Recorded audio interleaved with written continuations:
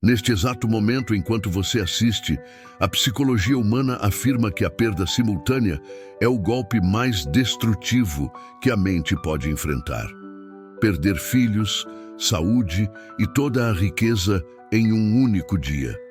A evidência comportamental sugere que quase todas as pessoas cederiam ao desespero, mas a história registra um homem que trilhou um caminho diferente.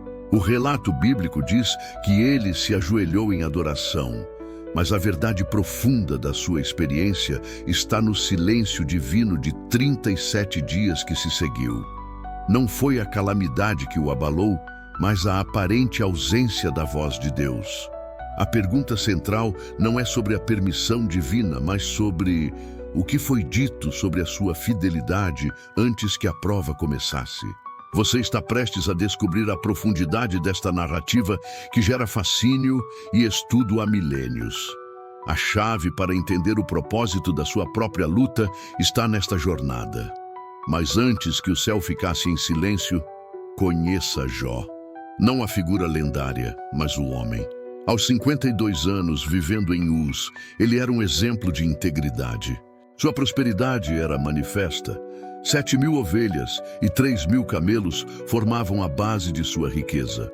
Sua vida era marcada pela gratidão combinada com um temor que o movia à constante vigilância espiritual. O ar matinal sobre as colinas de Uz carregava o cheiro de incenso.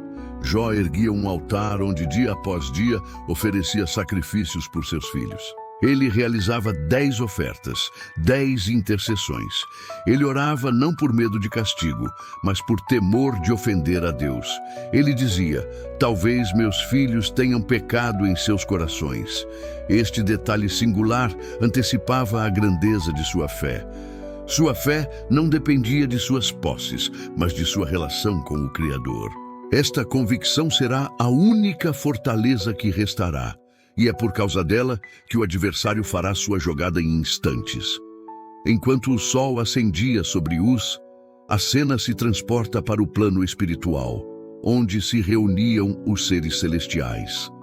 Este não é um evento qualquer, mas um concílio divino. A sombra surge, Satanás, o acusador. O Criador dirige a palavra: observaste o meu servo Jó, não há outro como ele na terra. Imagine sua vida sendo o tema dessa declaração. O acusador não contesta a vida reta de Jó. Ele questiona a sinceridade de sua devoção. Por acaso Jó te honra sem esperar alguma recompensa? Esta é a primeira revelação que nos é dada. O adversário não pede, ele exige um teste. Toca tudo o que ele tem e verás se não te amaldiçoa na tua face. A permissão de Deus é o ponto crucial. Tudo que ele tem está em tuas mãos. Apenas poupa-lhe a vida. Jó não tem conhecimento do que foi decretado. Ele segue o dia como sempre, porque a fé genuína opera mesmo na ausência de informações sobre o futuro. Estudiosos da narrativa bíblica chamam isso de a calmaria que precede o julgamento, mas as Escrituras revelam algo mais profundo. A fé de Jó era tão legítima que Deus a apresentou como uma evidência inquestionável. Ele era a prova de que a adoração pode ser desinteressada. 4 mensageiros, 4 perdas. O adversário ataca com precisão e rapidez. Seu objetivo não é a riqueza, mas interromper a adoração. A provação invisível começou. O céu estava em silêncio. Se você, como a comunidade semeando a palavra, busca entender as lições profundas desta narrativa, você perceberá a intensidade da primeira onda. A verdade que virá a seguir, a perda de seus 10 filhos, é o golpe final. Mas a sua reação transformará sua compreensão sobre a dor. Mas o que aconteceu na sequência demonstra a verdadeira força de um homem. O primeiro mensageiro chega, coberto de pó. Os sabeus, perda dos bois e jumentas. O segundo, ofegante, fogo de Deus caiu do céu. Perda das ovelhas. O terceiro, cambaleante, os caldeus. Perda dos camelos. 3 perdas materiais. Jó estava em choque, mas ainda de pé. Mas o quarto mensageiro, sua voz não era apressada, mas de desespero total. Teus filhos estavam comendo e bebendo. Um grande vento veio do deserto e a casa desabou sobre eles. Morreram todos. O mundo de Jó desmoronou. 10 vidas perdidas em um instante. A nossa expectativa seria de revolta ou negação. Mas Jó rasgou seu manto, raspou a cabeça. E então, o ato que demonstrava sua fidelidade. Ele adorou.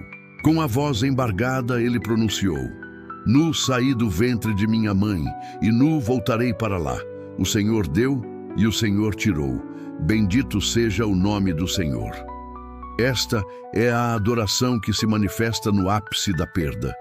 A acusação do adversário de que sua fé era interesseira foi desfeita, mas o inimigo persistente não havia terminado. Jó provou que a fé não é a ausência de dor, mas a escolha da adoração em meio à adversidade.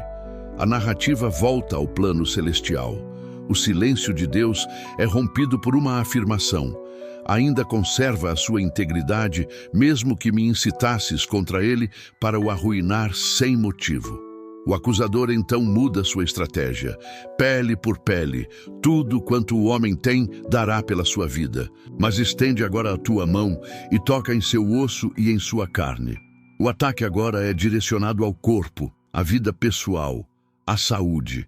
E Deus permite com uma única restrição: apenas poupa-lhe a vida. Jó se levanta no dia seguinte. A dor começa sutil, evolui para ardor, e em pouco tempo seu corpo está coberto de feridas purulentas, da cabeça aos pés. O homem mais respeitado agora está sentado no Monte de Cinzas, o local de descarte da cidade. O ataque mais duro, porém, veio de quem estava ao seu lado, sua esposa. Ainda conservas tua integridade? Amaldiçoa a Deus e morre. Esta era a tentação final. Desistência disfarçada de conselho. Jó responde: receberemos de Deus apenas o bem, e não também o mal? Ele manteve sua fidelidade. Se você, como a comunidade semeando a palavra, busca aprofundar a compreensão de como a fé se sustenta no silêncio, você percebe que o teste de Jó está longe de acabar. O próximo bloco revela o desafio intelectual mais difícil que ele enfrentou. Mas o desafio mais difícil de Jó não foi a miséria ou a doença, foi a interpretação errada de sua dor. A teologia inadequada de quem falava sobre o que não entendia. 3 amigos, anciãos respeitados, chegam. Elifaz, o temanita, com sua abordagem mística. Bildade, o suíta, com seu legalismo estrito. E Zofar, o namatita, com seu julgamento severo. Eles vieram de lugares distantes para consolar. Ao vê-lo, não o reconheceram. Rasgaram os mantos e sentaram-se em silêncio por 7 dias e 7 noites. Este silêncio era de profunda dor e respeito. A calamidade era grande demais para palavras. No 8º dia, Jó rompe o silêncio, não amaldiçoando a Deus, mas amaldiçoando o dia de seu nascimento. Ele clama por alívio, não por respostas. Seu desejo era a morte, o fim do sofrimento. Elifaz é o primeiro a falar. Ele se baseia na experiência mística e na lei de causa e efeito. Quem inocente pereceu? Os que semeiam maldade colhem aflição. A insinuação era clara. Jó, seu sofrimento deve ter uma causa em seu pecado. Bildade é mais incisivo. Se teus filhos pecaram, ele os entregou ao poder da sua transgressão. Ele coloca o peso da tradição acima da compaixão, proferindo um juízo frio. Zofar é o mais duro. Ele acusa Jó de ocultar maldade. Ele chega a dizer que seu castigo é menor do que sua culpa real. Jó reage com indignação justificada. Consoladores importunos sois todos vós. Ele não estava buscando provar inocência aos homens, mas sim entender a Deus. A sabedoria humana falha aqui. Os amigos, em sua certeza limitada, presumem conhecer os desígnios de Deus. Jó, no meio da provação, escolhe a humildade da fidelidade. Eu não sei o porquê, mas me mantenho firme. Essa postura era a sua maior defesa. É neste ponto que a história de Jó se encontra com a sua vida. O sofrimento que não se encaixa nas fórmulas. Se você acompanha o canal Semeando a Palavra, buscando essa verdade nua por trás das explicações simplistas, o convido a prosseguir. A declaração de fé que virá a seguir é a âncora que o sustentou no abismo e é fundamental para a revelação final. O ciclo de acusações se mantém. Os amigos insistem. O ímpio é punido, o justo é recompensado. Jó contrapõe com a realidade que ele e outros viam. Os maus muitas vezes prosperam e suas casas vivem em paz. O cerne do debate não era sobre a lei, mas sobre a experiência da vida. Jó para de argumentar com os homens e se volta totalmente para o Criador. Ele clama não por uma defesa, mas por um encontro com Deus. Quem me dera saber onde o poderia achar. O que aconteceu em seguida é a maior demonstração de fé e a mais importante revelação deste livro. Em vez de exigir uma resposta, Jó faz uma declaração de confiança e esperança. A alma em chamas proclama: eu sei que o meu Redentor vive e que por fim se levantará sobre a terra. E depois de consumida esta minha pele, em minha carne verei a Deus. Esta é a segunda grande revelação. Ele olhou para além de suas cinzas, além de seus acusadores, além de sua dor. Ele fixou o olhar no Redentor. Estudiosos bíblicos consideram esta a profecia mais clara do Antigo Testamento sobre a ressurreição e o Messias. A fé de Jó não se baseava no alívio presente, mas na esperança futura da eternidade.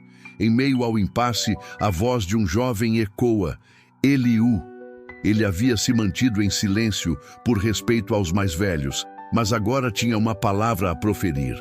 Eliú não se une às acusações. Ele traz uma nova perspectiva. Eliú introduz o conceito fundamental. Deus utiliza o sofrimento não primariamente como castigo, mas como ferramenta de disciplina e meio de resgate. A dor é uma forma de comunicação de Deus para evitar um erro maior. Enquanto Eliú falava sobre a majestade da voz de Deus, o mundo físico começa a se alterar. As nuvens se adensam, os ventos se tornam um rugido. O tempo da espera estava terminando. A voz que Jó tanto buscava estava prestes a se manifestar. A audiência que Jó implorou estava chegando. Mas a forma como Deus se manifestou e o que ele disse primeiramente subverterá a sua compreensão. O silêncio que o angustiou está prestes a ser quebrado pela presença. A revelação que se segue é a chave para entender a narrativa de Jó e a nossa própria jornada de fé aqui no Semeando a Palavra. No redemoinho que se formou sobre a terra de Uz, ouviu-se a voz do próprio Deus. Sua manifestação não veio para explicar a perda, mas para revelar a sua própria presença. A primeira frase de Deus pôs fim a todo o debate humano. Quem é este que obscurece o conselho com palavras sem conhecimento? Não era uma resposta para as perguntas de Jó, mas uma correção à limitação da sabedoria humana. Deus não aborda a origem da dor. Ele não menciona o pacto. Em vez disso, ele conduz Jó a uma jornada através da criação. Os mares, a chuva, as constelações, a vida selvagem. A tese era: onde estavas tu quando eu lançava os fundamentos da terra? Dize-me se tens entendimento. A terceira grande revelação é esta: a soberania de Deus não necessita de explicações para se provar, mas de reconhecimento. Diante da imensidão do Criador, as queixas humanas se transformam em humildade. A dor é real, mas encontra seu significado em um plano maior. Jó, que desejava debater com Deus, agora cobria o rosto. Ele reconheceu que havia falado muito sem o entendimento necessário. A alma quebrada, agora iluminada, responde: eu falava do que não entendia, coisas maravilhosas demais para mim. Com os ouvidos eu te conhecia, mas agora os meus olhos te veem. O mais importante não era ter a resposta para o porquê, mas sim ter tido a revelação do quem. A justiça divina então se manifesta. Deus não destrói os amigos, mas os corrige com severidade. A minha ira se acendeu contra vós, porque não falastes de mim o que era reto, como o meu servo Jó. O homem que havia sido julgado agora recebe um novo papel, o sacerdote. Deus exige que os amigos tragam sacrifícios e que Jó interceda por eles. O que se seguiu é a chave para a restauração completa. Jó orou por seus amigos, não com rancor, mas com uma compaixão que só é possível após o quebrantamento. A verdadeira cura não se inicia com o recebimento de bênçãos, mas com a liberação do perdão. A restauração de Jó não é um prêmio, é a consequência de sua fidelidade e de sua capacidade de perdoar ativamente. Se este documentário do Semeando a Palavra tem adicionado valor à sua jornada de fé, a conclusão que se segue é o fecho perfeito que sela o mistério. E quando Jó orou por seus amigos, o Senhor restaurou a sorte de Jó, e o Senhor deu a Jó o dobro de tudo o que antes possuíra. O dobro, não como compensação, mas como o selo divino na integridade de seu servo. Sua riqueza dobrou. 14.000 ovelhas, 6.000 camelos, 1.000 juntas de bois. Parentes e amigos o visitaram e lhe trouxeram presentes. Sua honra foi publicamente restaurada. O enigma do sofrimento se resolve na misericórdia e justiça de Deus. Deus lhe concedeu novamente 7 filhos e 3 filhas.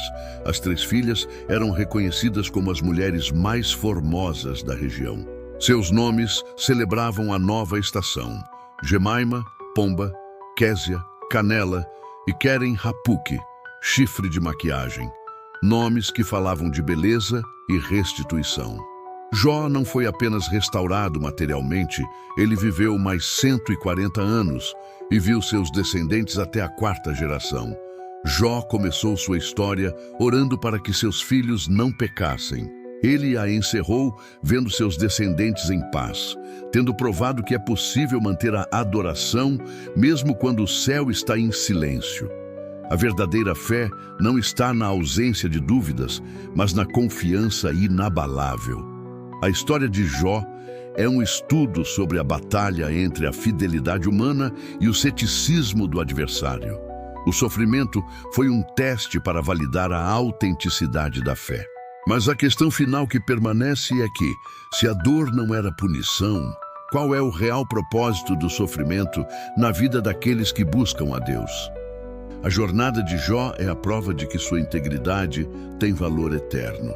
Se você se sentiu tocado por esta análise e deseja continuar a descobrir mais narrativas que aprofundam nossa fé e revelam as verdades do caráter divino, há muito mais conteúdo relevante esperando por você aqui no canal Semeando a Palavra. Nossa missão é semear a palavra com profundidade e discernimento. Inscreva-se agora, ative o sino de notificações e prepare-se para as próximas reflexões que estão por vir. Te esperamos no próximo vídeo.